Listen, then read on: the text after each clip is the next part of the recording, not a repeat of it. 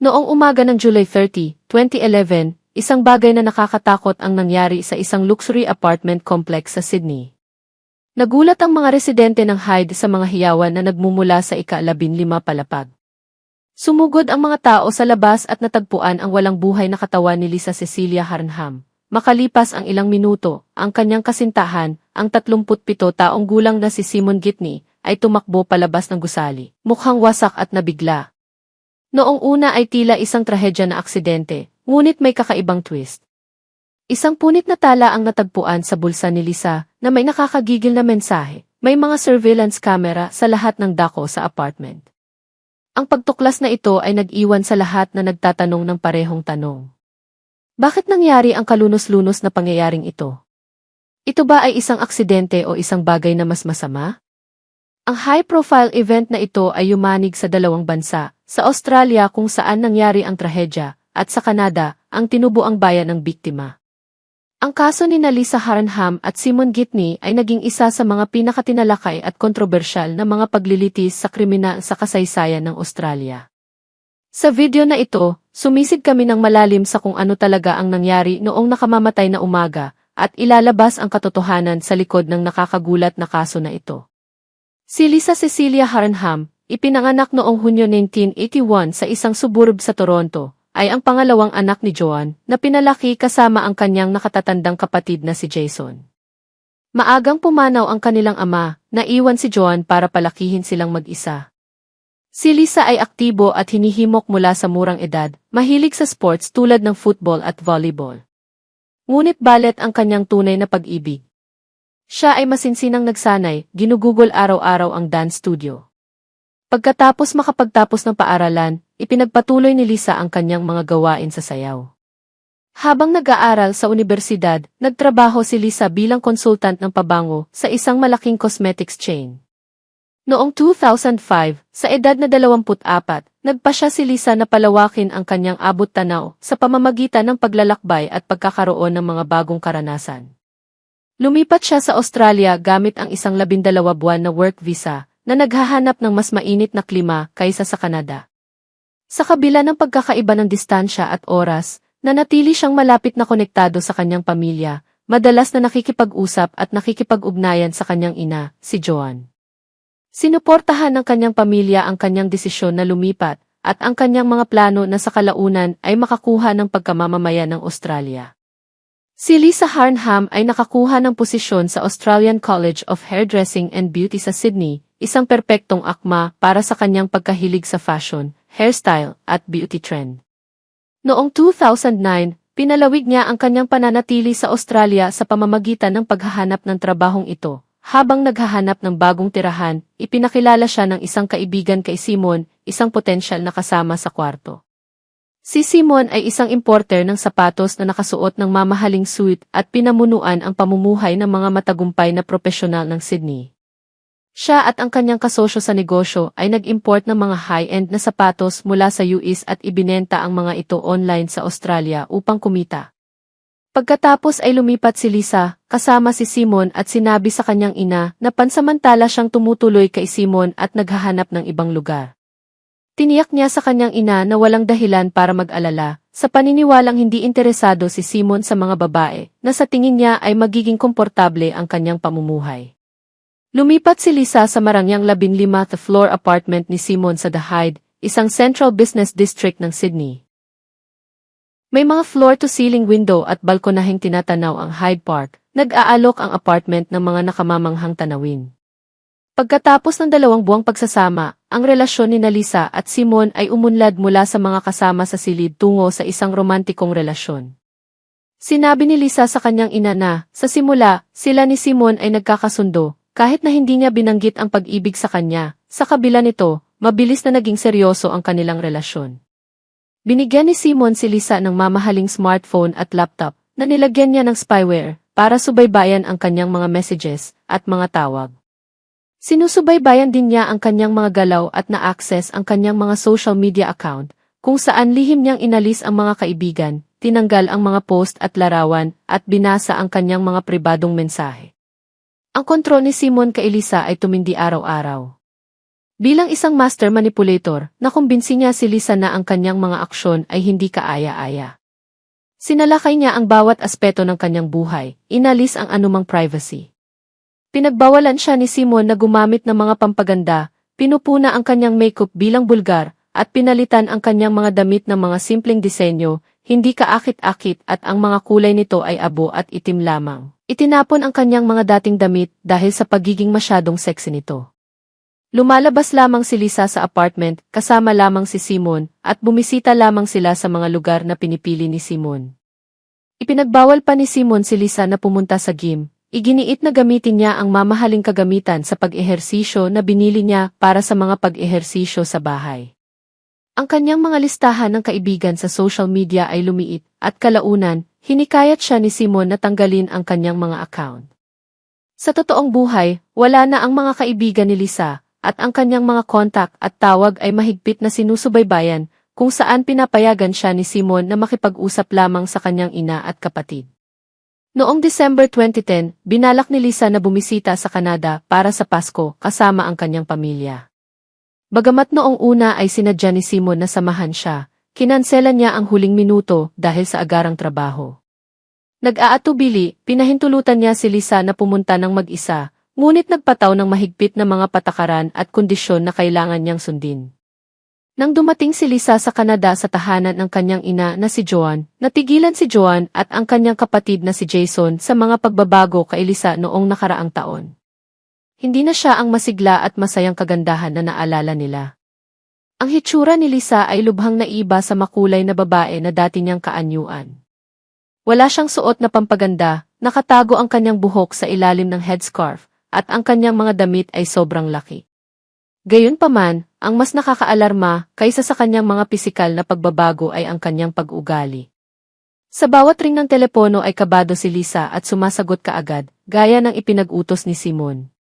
Palagi siyang nanatili sa bahay, tumatangging makipagkita sa mga kaibigan, at bihirang mamasyal sa labas. Ang kanyang ina, na labis na nag-aalala at natatakot, ay nagpasya na kausapin si Lisa at maunawaan kung ano ang nangyayari. Napaluha si Lisa at ipinagtapat na patuloy na sinusubaybayan siya ni Simon ang kanyang lokasyon at ang kanyang mga galaw. Sinusubaybayan din niya ang kanyang mga komunikasyon at kinokontrol ang bawat aspeto ng kanyang buhay. Ipinagbawal niya itong magtrabaho, makipagkita sa mga kaibigan, mag-gym o anumang mga libangan. Nawala ang kanyang mga kaibigan at nakaramdam si Lisa ng kalungkutan. Sinabi ng kanyang ina at hinimok ito na manatili na lamang sa Canada, kung saan mayroon siyang suporta at kaligtasan. Iginiit ni Lisa na mahal niya si Simon at naniniwala na ito ay isang pagsubok lamang. Siya ay kumbinsido na ito ay malapit nang matapos at ang kanyang mga intensyon ay mabuti. Sa kabila ng pakiusap ng kanyang pamilya, pinili ni Lisa na bumalik sa Australia. Pagkabalik ni Lisa sa Australia, lalong lumala ang sitwasyon. Mas lalo siyang pinaghigpitan ni Simon sa apartment at iginiit na kapag lumabas sila, kailangan niyang itago ang kanyang mga mata upang maiwasang makipag-eye contact sa ibang mga lalaki. Bukod pa rito, sinimulan niyang tawagin si Lisa sa kanyang gitnang pangalan na Cecilia, sa paniniwalang ito ay mas kagalang-galang. Noong tagsibol ng 2011, nagsimulang makaranas si Lisa ng pananakit ng kanyang binti mula sa isang lumang pinsala sa balet. Sa halip na dalhin siya sa ospital, kumuha si Simon ng isang babaeng physiotherapist na bumibisita sa kanilang tahanan 3 beses sa isang linggo. Naging nag-iisang kaibigan at katiwala ni Lisa ang babaeng ito. Ipinagtapat sa kanya ni Lisa ang tungkol sa lalong mapang-aping sitwasyon niya kay Simon. Para sa ika-30 kaarawan ni Lisa noong ika-12 ng Hunyo, nag-organisa si Simon ng isang party sa isang upscale Sydney restaurant. Ngunit ang listahan ng bisita ay limitado lamang sa kanyang mga kamag-anak at malalapit na kaibigan. Hindi pinahintulutan si Lisa na mag-imbita ng sinuman mula sa kanyang mga kaibigan. Sa pagtatapos ng gabi, nag-propose si Simon na naglagay ng singsing sa daliri ni Lisa. Bagamat tinanggap niya ito, ang kanyang mga luha ay higit na tungkol sa kawalan ng pag-asa kaysa sa kagalakan. Sa pagbalik sa bahay, tinawagan ni Lisa ang kanyang ina, humihikbi habang ibinahagi niya ang balita. Labis na nag-alala si Joan at hinimok si Lisa na iwan si Simon at bumalik na sa Canada. Si Lisa, batid na maaaring sinusubaybayan ni Simon ang kanyang mga tawag, nakiusap sa kanyang ina na iwasang pag-usapan ang mga ganitong bagay sa telepono. Patuloy na hinimok ni Simon si Lisa na huminto sa kanyang trabaho, na sinasabing hindi siya pinahahalagahan at makakahanap ng mas magandang posisyon sa ibang lugar. Sa kabila ng kanyang pressure, mahal ni Lisa ang kanyang trabaho sa beauty salon, kung saan nagkaroon siya ng tapat na mga kliyente at nasiyahan sa kanyang kinikita. Hindi niya maintindihan kung bakit dapat siyang umalis sa trabahong kinagigiliwan niya at kung saan siya nakaramdam ng pagpapahalaga. Nang tumanggi si Lisa na huminto sa trabaho nito, nadismaya ni Simon. Noong Agosto 2011, pumunta ito salon sa pinagtatrabahuhan ni Lisa at lumikha ng isang eksena na nagpilit kay Lisa na magbitiw sa trabaho. Bagamat nabigla si Lisa sa pag-ugali ni Simon, tiniyak ni Simon sa kanya na ito ay para sa kinabukasan ni Lisa, na sinasabing ang kanyang kita ay sapat para sa kanilang dalawa. Ang hindi alam ni Lisa ay ang nakakabagabag na kriminal na nakaraan ni Simon. Sa edad na 18, hinaras ni Simon ang kanyang dating kasintahan sa kanyang pinagtatrabahuhan. Matapos makialam ang may-ari ng tindahan, pilit na pinigilan ni Simon at ng kanyang mga kaibigan ang may-ari at brutal na sinaktan siya ni Simon. Si Simon ay nagsilbi lamang ng ilang buwan sa kulungan bago pinalaya sa piyansa para sa mabuting pag-ugali, isang malaking kaibahan sa kaakit-akit na panlabas na ipinakita niya kay Lisa. Sinubukan ni Lisa na tumuon sa mga plano sa kasal, ngunit kinuha ni Simon ang kontrol sa bawat detalye nito, hindi man lamang makapagdesisyon si Lisa sa mga gusto niya sa kanilang kasal. Sa isang sesyon ng physiotherapy, ipinagtapat niya sa kanyang therapist na naramdaman niyang nakulong siya sa relasyon at hindi siya makaalis dahil hindi siya pinapayagan ni Simon. Gumawa ng plano si Lisa at ang kanyang physiotherapist kung saan lihim na ibinigay ni Lisa ang kanyang mga gamit at magingat sa bawat pagbisita nito. Noong ika-28 ng Hulyo, iniwan ni Simon ang kanyang laptop sa bahay na sinamantala ni Lisa bilang isang pagkakataon upang mag-imbestiga. Natuklasan niya ang spyware na sumusubaybay sa data ng kanyang telepono at nag-record ng kanyang mga pag-uusap. Nakakaalarma, nakakita siya ng surveillance footage mula sa mga nakatagong kamera sa bawat silid ng kanilang apartment. Noong araw ding iyon, gamit ang telepono ng kanyang physiotherapist, tinawagan ni Lisa ang kanyang ina, hiniling sa kanya na pumunta kaagad at iuwi siya. Hindi makaalis kaagad si John sa trabaho at kailangan niya ng oras para ayusin ang shift swap, isang pagkaantala na labis niyang ikinalulungkot. Pagbalik sa bahay, mabilis na napagtanto ni Simon na natuklasan ni Lisa ang spyware at hinarap siya. Si Lisa, na nawasak at nalilito, ay nagtanong kung bakit siya ay sumailalim sa gayong invasive na kontrol. Sinabi ni Simon na ang kanyang mga aksyon ay para sa kanyang proteksyon. Noong ika-29 ng Hulyo, kinausap ni Lisa si Simon tungkol sa kanyang pag-espiya. Sa isang maigting na pag-uusap na naitala para sa korte, nakiusap siyang umalis, ngunit mahinahong tumanggi si Simon na inakusahan siyang may mga problema sa pag-iisip. Noong ika-30 ng Hulyo, naghanda si Lisa na umalis, na nag-iimpake ng kanyang mga mahahalagang bagay at dokumento. Nagkulong siya sa banyo at tinawagan ang kanyang ina, nagbabala na kung may nangyari sa kanya, si Simon ang may pananagutan. Sinubukan ni Lisa na umalis ng tahimik sa apartment habang natutulog si Simon, ngunit hindi siya nagtagumpay. Iniulat ng mga kapitbahay na nakarinig ng hiyawan sa pasilyo, na biglang tumigil. Makalipas ang 1 minuto, nahulog ang isang kabataang babae mula sa balkonahe sa ika-15 palapag na agad na namatay. Ang mga dumadaan, kabilang ang isang lalaking naglalakad sa kanyang aso, ay nakita siyang nahulog ngunit hindi naiintindihan kung ano ang nangyayari sa oras na iyon. May nakita ang lalaki na kalaunan ay kinilalang si Simon na maihawak na malaki at itinapon ito pababa. Nang makarating ang mga tao sa pinangyarihan, patay na si Lisa dahil sa matinding pinsala. Makalipas ang 3 minuto, lumabas si Simon na nakapajama, umiiyak at sinasabing hindi niya nahuli si Lisa sa oras. Nagpahayag siya ng pagkabalisa dahil hindi niya ito napigilan. Bagamat sa una ay tila isang aksidente, mabilis na iginiit ni Simon na si Lisa ay kusang tumalon. Ang mga kakaibang pagtuklas ay lumitaw pagkatapos suriin ang katawan ni Lisa. Nabasa ang mga fragment ng isang note na makikita sa kanyang mga bulsa, may mga kamera sa lahat ng dako sa apartment.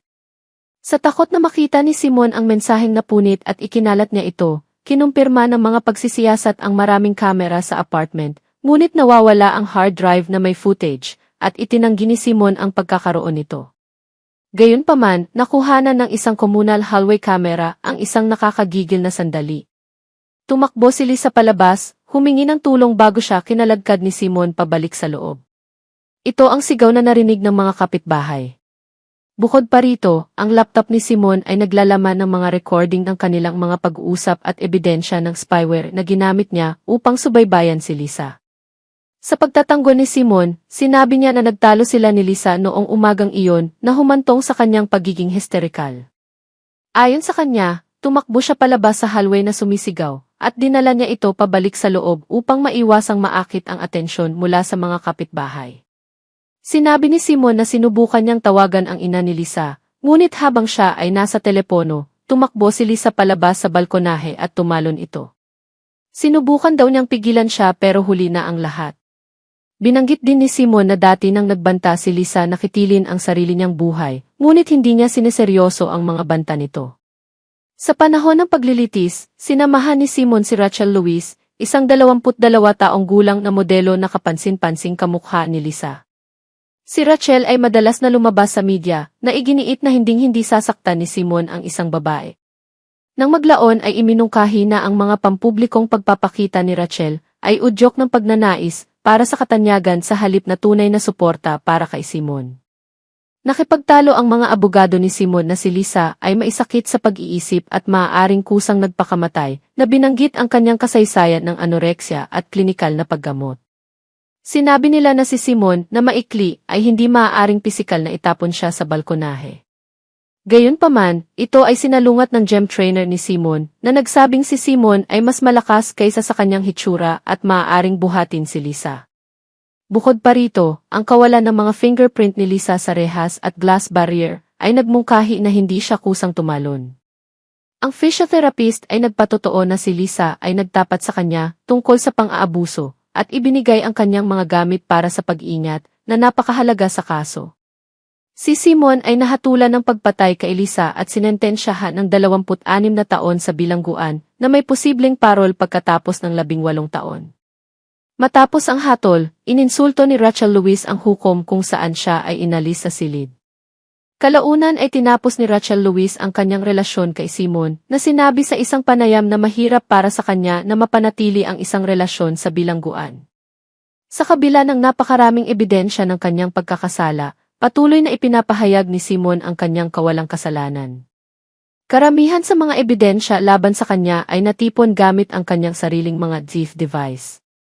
Ang ina at kapatid ng biktima ay hinalinhan ng hatol sa pakiramdam na kung wala ang surveillance footage at mga testimonya ng saksi, ang pagpatay ay maaaring hindi na parusahan. Pagkatapos ng paglilitis, naging tagapagtaguyod ang ina ni Lisa para sa kamalayan sa karahasan sa tahanan. Ang kaso ni Lisa na kinasasangkutan ni Simon ay naging isang high-profile na naghalimbawa ng karahasan sa tahanan na itinatampok ang kritikal na pangangailangan na kilalanin ang mga palatandaan at babala sa isang relasyon. Ang kwento ni Lisa Harnum at Simon ay nag-iwan ng marka sa parehong bansa sa Australia at Canada. Gaya ng dati, salamat sa panonood. Kung nakita mong kawili-wili ang video na ito, pahalagahan namin ang iyong suporta sa pamamagitan ng pagkagusto at pag-subscribe sa channel. Ang iyong feedback at subscription ay tumutulong sa akin na magbahagi ng higit pang mga misteryosong mga kwento.